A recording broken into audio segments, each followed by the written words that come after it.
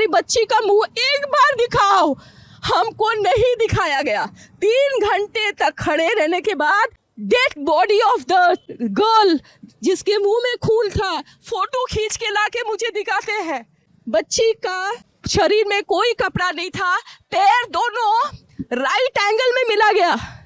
Right angle में एक पांव बेड के इस तरफ, एक पांव बेड के इस तरफ मिला गया। जब तक पेल्विक गर्डल नहीं टूटता है इस तरह 2 पांव को नहीं चीरा जा सकता है। चश्मे को कूटा गया जिसके वजह से आंखों से खून निकल गया। गले में गला दबाकर मारा गया। ये कोई मनगढ़ंत नहीं है। हेलो दोस्तों, 9 अगस्त 2024 की सुबह एक ऐसी खबर सामने आती है जो पूरे देश को हिला कर रख देती है। ये खबर थी एक 31 साल की महिला डॉक्टर की जो आरजिकल मेडिकल कॉलेज एंड हॉस्पिटल में अपनी ट्रेनिंग हासिल कर रही थी। दोस्तों, हॉस्पिटल जैसी सुरक्षित माने जाने वाली जगह पर इस महिला डॉक्टर का मर्डर और रेप होना एक चौंकाने वाली बात थी। इस घटना का खुलासा तो तब हुआ जब डॉक्टर की डेड बॉडी का पोस्टमार्टम किया गया। इस रिपोर्ट ने लोगों की रूह तक को हिला के रख दिया था, क्योंकि ये मामला सिर्फ मर्डर का नहीं था बल्कि इससे कहीं और ज्यादा खौफनाक था। पोस्टमार्टम रिपोर्ट में खुलासा हुआ कि उस डॉक्टर की हत्या गला घोट कर की गई थी, इतनी ताकत से कि उसके गले की हड्डी तक टूट गई थी। इस हत्या के पहले डॉक्टर ने अपनी जान बचाने की कोशिश भी करी थी। इसका सबूत उसके शरीर पर मौजूद चोटों के निशान से मिल रहा था। सबसे डरावना सच तो तब सामने आया जब डॉक्टर के प्राइवेट पार्ट पर घावों के निशान पाए गए। इस चीज से यह साफ जाहिर हो रहा था कि यह मर्डर का मामला नहीं है बल्कि ये रेप के बाद किया गया एक खौफनाक हत्याकांड था। हॉस्पिटल के परिसर में इतनी बड़ी घटना हो जाती है और किसी को कानो कान खबर तक नहीं होती। क्या वहां उस रात कुछ ऐसा हुआ था जिसे जानकर आप गुस्से से बौखला जाएंगे? क्या वहां कोई और था जिसने इस क्रूर घटना को अंजाम दिया? और अगर था तो आखिर कौन था? इन सभी सवालों के जवाब खोजते हुए हम आज की इस वीडियो में आपको बताएंगे कि आखिर क्या हुआ था उस रात आरजिकल मेडिकल कॉलेज के शांत माने जाने वाले परिसर में।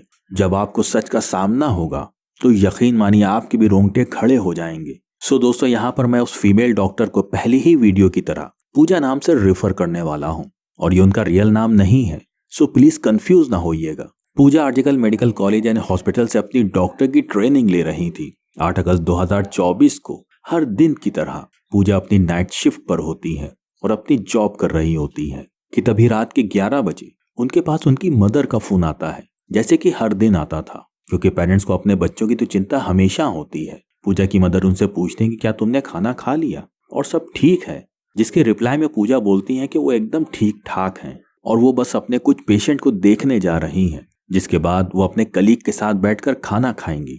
अपनी मदर से बात करने के बाद पूजा पेशेंट को देखने राउंड पर निकल जाती है।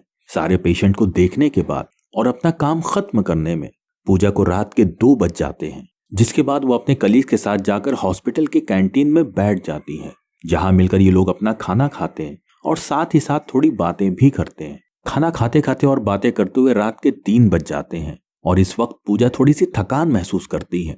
डॉक्टर पूजा थकान को दूर करने के लिए हॉस्पिटल के 4th फ्लोर पर बने सेमिनार हॉल में जाकर रेस्ट करने लगती हैं। पूजा को रेस्ट करते करते सुबह के 7:30 बज जाते हैं, पर वो तब भी सेमिनार हॉल से बाहर नहीं आती, जो कि काफी ज्यादा अनयूजुअल था, क्योंकि पूजा कभी भी आधा या 1 घंटे से ज्यादा का ब्रेक नहीं लेती थी। हॉस्पिटल का एक वर्कर जो कि सुबह की शिफ्ट स्टार्ट होने से पहले हॉस्पिटल के सारे रूम को चेक कर रहा था और वो ऐसे ही सारे रूम चेक करते हुए सेमिनार हॉल की तरफ आ जाता है। जैसे ही वो सेमिनार हॉल के बाहर आकर उसके गेट को खोलता है, उसकी आंखों के सामने था एक बहुत भयानक नजारा, जिसे देखकर वो बहुत जोर से चीख पड़ता है।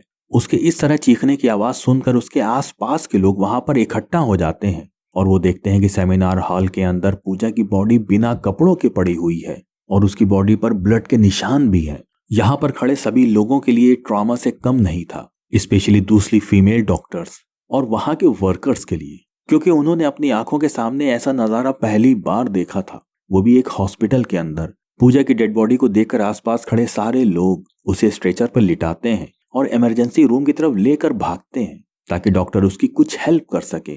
काफी देर तक डॉक्टर के स्ट्रगल करने के बाद आखिरकार पूजा अपना दम तोड़ देती है। हॉस्पिटल में कुछ लोग ऐसे भी थे जो इस मर्डर एंड रेप केस को एक नॉर्मल केस जैसा दिखाने की कोशिश कर रहे थे, वो भी सिर्फ इसलिए कि वो हॉस्पिटल का नाम बचा सके।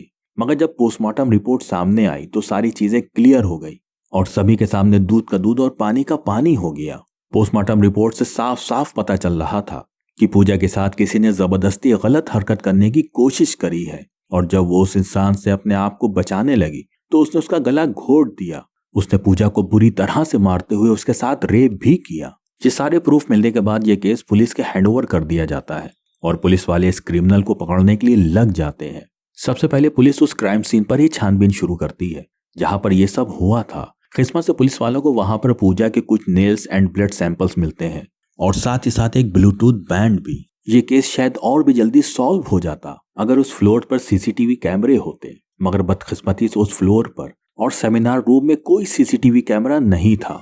बट जिस रास्ते से इस फ्लोर पर इंटर किया जाता था वहां पर कुछ सीसीटीवी कैमरे थे। पुलिस वाले इन सीसीटीवी कैमरे में सुबह के 3 बजे से 8 बजे के बीच की रिकॉर्डिंग को चेक करते हैं कि इतने टाइम के बीच कितने लोग इस फ्लोर पर आए और गए थे। इस सीसीटीवी फुटेज को चेक करने के बाद ये पता चल जाता है कि टोटल 6 लोग इस फ्लोर पर आए और गए थे। ये पता लगने के बाद पुलिस वाले एक एक करके उन 6 लोगों को पूछताछ के लिए बुलाते हैं कि वो लोग वहां पर उस टाइम क्या कर रहे थे। लोगों से पूछताछ के दौरान पुलिस वाले उनके फोन का ब्लूटूथ भी ऑन करके चेक करते हैं कि जो ब्लूटूथ उन्हें वहां मिला था वो उनमें से किसका था, क्योंकि आपको तो पता ही होगा एक बार अगर आप ब्लूटूथ डिवाइस अपना फोन से कनेक्ट करते हो तो अगली बार वो इजीली कनेक्ट हो जाता है। और फाइनली पुलिस वालों की ये ट्रिक काम भी आती है क्योंकि ये ब्लूटूथ उन 6 लोगों में से एक आदमी के फोन से कनेक्ट हो जाता है जिसका नाम था संजय रॉय, जो कि एक सिविल वॉलंटियर था। सिविल वॉलंटियर वो लोग होते हैं जो पुलिस के अंडर काम करते हैं और उनकी हेल्प करते हैं छोटे मोटे कामों को मैनेज करने में। लाइक आपने बहुत सारे फेस्टिवल्स या फिर भीड़ वाले एरिया में देखा होगा कि कुछ ब्लू कलर की यूनिफॉर्म पहनकर ऑफिसर खड़े रहते हैं जिनका काम होता है कि विदाउट एनी रीजन कहीं पर भी ज्यादा क्राउड इकट्ठा ना होने दें। तो अब पुलिस वालों को अपना पहला सस्पेक्ट मिल चुका था। इसके बाद वो संजय रॉय से और ज्यादा गुस्से से पेश आने लगते हैं, बट संजय पुलिस वालों की किसी भी बात का कोई जवाब नहीं दे रहा था क्योंकि वो काफी ज्यादा नशे में था। पुलिस वाले संजय का फोन भी चेक करते हैं जिसमें उन्हें भर भर कर पोर्नोग्राफिक कंटेंट मिलता है, जिससे उनका शक यकीन में बदल जाता है कि पूजा का मर्डर संजय रॉय ने ही किया है। पुलिस वाले संजय रॉय को और ज्यादा डराने लगते हैं और फाइनली वो अपना गुनाह कबूल कर लेता है कि उसने ही पूजा को मारा है, उसके साथ रेप किया है। पुलिस वाले प्रूफ कलेक्ट करने के लिए संजय रॉय के घर जाते हैं जहां पर उन्हें एक शू मिलता है जिसके ऊपर खून के धब्बे थे। पुलिस वाले उस शू को जांच के लिए भेज देते हैं। थोड़ी और तलाशी लेने पर पुलिस वालों को संजय के घर के बाहर कुछ कपड़े सूखते हुए दिखाई देते हैं और ये वही कपड़े थे जो उस दिन संजय ने पहने थे क्योंकि ये सीसीटीवी कैमरे में कैप्चर हो चुके थे। इससे ये जाहिर हो रहा था कि संजय ये प्रूफ मिटाने की कोशिश कर रहा था। जब संजय को पूछताछ के लिए स्टेशन लाया गया तो उस वक्त भी वो काफी ज्यादा नशे की हालत में था। तो क्या वो सब इसलिए कर रहा था कि उसे कम सजा मिले जस्ट बिकॉज वो उस टाइम नशे में था? बाद में जब पुलिस वाले उस शू पर लगे ब्लड सैंपल को चेक करवाते हैं तो वो पूजा के ब्लड से मैच हो जाता है, which was a solid proof against him. इन सारी रिपोर्ट्स एंड डिटेल्स को एक साथ कंबाइन करके पुलिस वालों को पता चल जाता है कि उस रात संजय राय काफी ज्यादा नशे की हालत में था और वो रात 11 बजे के आसपास हॉस्पिटल में इंटर करता है। संजय अक्सर उस हॉस्पिटल में नाइट शिफ्ट किया करता था तो इस वजह से उसे यहाँ की काफी अच्छी नॉलेज थी कि कहाँ पर कैमरा है और कहाँ पर नहीं है। तो वो आराम से हॉस्पिटल के 4थे फ्लोर पर जाकर बैठ जाता है क्योंकि वो नहीं चाहता था कि कोई भी उसे ज्यादा नशे की हालत में देखे, वरना वो अपनी जॉब से हाथ धो सकता था। तो 4थे फ्लोर पर आते ही वो आराम से सो जाता है। जब उसकी आंख खुलती है तब तक सुबह के 3 बज रहे थे कि तभी संजय की नजर पूजा पर पड़ती है जो कि सेमिनार हॉल की तरफ जा रही थी। पूजा को अकेले देखकर संजय के इरादे बिगड़ने लगते हैं। वो पहले काफी देर तक इस फ्लोर के चक्कर लगाने लगता है सिर्फ ये कंफर्म करने के लिए कि यहाँ पर कोई आ तो नहीं रहा है। और जब उसे ये कंफर्म हो जाता है कि हाँ उसका रास्ता साफ है तो वो सुबह के 4 बजे सेमिनार रूम के अंदर इंटर करता है और फिर वहां से 4:45 पर बाहर आता है। इन 45 मिनट तक पूजा के साथ इस दरिंदे ने क्या क्या वहशीपन किए होंगे और वो कितना पेन से गुजरी होगी, ये सोचकर किसी का भी दिल सहम जाएगा, स्पेशली पूजा के पेरेंट्स का जिन्होंने इतनी उम्मीद और सैक्रिफाइस करके अपनी बच्ची को डॉक्टर बनाने भेजा था। पूजा अपने पेरेंट्स की अकेली बेटी थी तो उनके लिए यह हादसा किसी बहुत बड़े सदमे से कम नहीं था। दोस्तों, संजय राय अभी भी पुलिस की कस्टडी में है और ये केस चल रहा है। इस केस का जो भी आगे खुलासा होगा उसके बारे में हम आपको जरूर अपडेट करेंगे। तो दोस्तों, इस कातिल इंसान के साथ क्या होना चाहिए